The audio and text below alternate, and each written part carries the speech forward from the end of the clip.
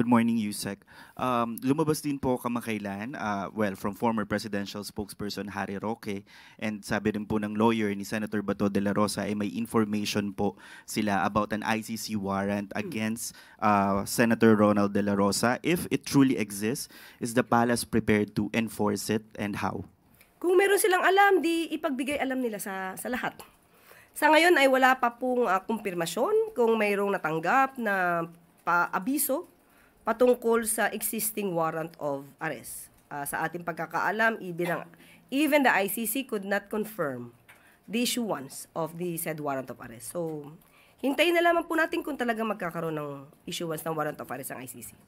But follow-up lang po, this early on, you have Senator Robin Padilla saying publicly giving advice to Senator De La Rosa that he should never surrender to a foreign power. Does Malacanang see this as encouraging to non-cooperation? And ano pong mensahe nyo kay Senator De La Rosa who has been absent rin sa Senate for quite some time? Ang mensaheng ganyan ay nagpapakita lang ng mga taong ayaw sumunod sa batas.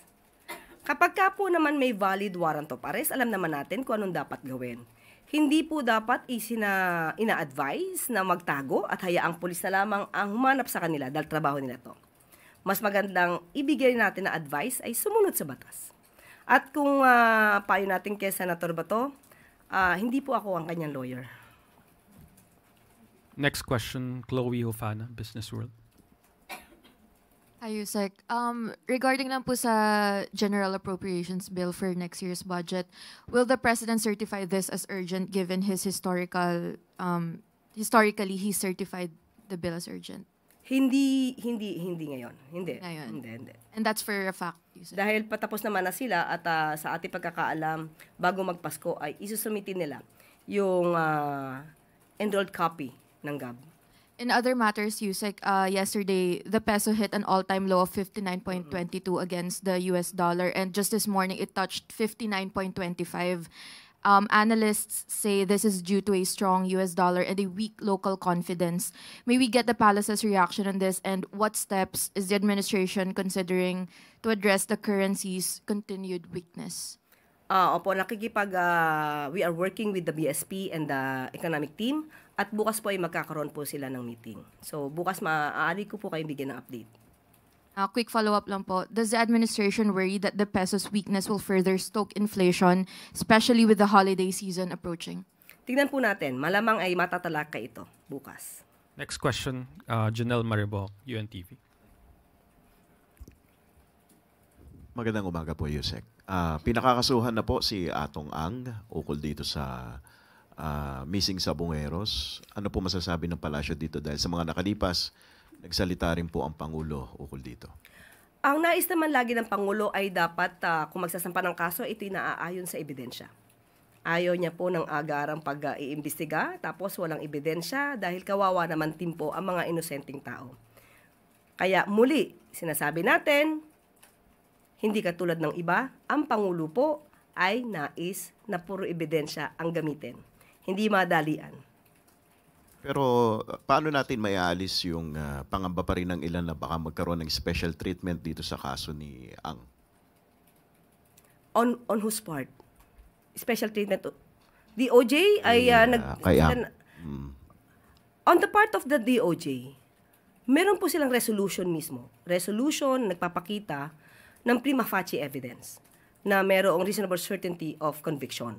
So, nasa kamay na po ito ng korte. So, special treatment from the court? We cannot say that. We cannot speculate on that. Thank you. Next question, Eden Santos, Net25.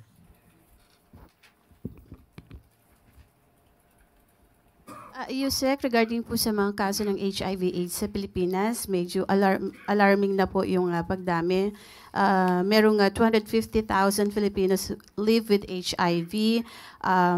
Meron na po ba tayong update dun sa figures kung ilan po talaga? At ano po yung mga ginagawang hakbang ng gobyerno natin para matugunan po yung sa pangunguna ng DOH yung mga pasyente po na mayroong AIDS sa ating bansa? Opo, nakausap po mismo natin ang pamunuan ng DOH at sinasabi nila based sa UNAIDS 2024 Global HIV Data may estimate na population po tayo ng 217,700 people living with HIV. At with 30,800 annual new cases of HIV infections. So sa ngayon po ay pinapalawak po ng DOH ang testing sa lahat ng mga bukas centers at pinapapasok na rin po sa bawat primary care facility sa pamamagitan ng pagrerepaso ng yakap para ito'y maisama itong ating mga kababayan na living with HIV. At ang DOH na rin po ang bumibili ng pre-exposure prophylaxis na nakakatulong sa pagpigil ng paghawa. Sa bahagi po ng Calabar Zone, mataas po ang mga kaso ng HIV. May we know kung meron pong nabanggit na dahilan ng DOH, bakit po doon nakakapagtala ng mataas na kaso po? Alam naman natin po ang top 3 regions, no? At kung bakit nagiging prevalent or lumalaganap ito. Ang una pa rin po, ang reason ay yung sexual contact. So, siguro mas maganda po talaga na mas malalim na pagbibigay informasyon sa mga publiko ang maaari lang sapitin kapag hindi sila responsable sa kanilang mga aksyon. Follow-up question from Maris Umali, GMA 7.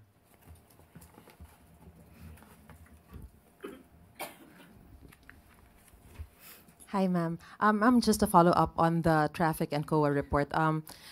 With the COA findings, does the president have any specific directives to hold specific agencies accountable, like, for example, the MMDA and some concerned DPWH offices, to make sure and to ensure that the long-standing inefficiencies will no longer contribute to the worsening traffic situation in Metro Manila? Alam naman din po ng MMDA, alam din po ng DOTR, alam din po ng ating mga ahensya kung ano ang nais ng Pangulo. Dapat lahat ng problema magawa ng solusyon. May mga pagkakataon lang siguro na may mga instances na hindi agad-agad na kayang solusyonan. Especially pagka yung patungkol sa traffic, pag itong klaseng season. Pero ginagawan po ng paraan, katulad ng sinabi po ni MMDA Chair Don Artes. Pero ma'am, yung sa mismong inefficiency in the procurement of materials, equipment, tapos yung mismong delays in the project, yun po kasi yung naging problema eh. Kaya parang may mga budget na hindi nagamit. Well, sinabi niya for flood control yan, but still, it's for a project na dapat nagbenepisyo ang mga mamamayan pero hindi nagamit. Tapos yung iba nasusoli sa National Treasury when in fact there's actually a fund that is supposedly intended for those projects. Yes, opo, tama yan. Kaya po tinututukan na rin po ng DPWH yung mga patungkol po dyan para po maiwasan ang ganyang klaseng delay. At ang delay po kasi alam natin ito ay hindi magandang epekto ng serbisyo para sa taong bayan. So tututukan po ito ng DPWH at ng MMDA at yun din po naman ang utos ng Pangulo. Thank you, ma'am.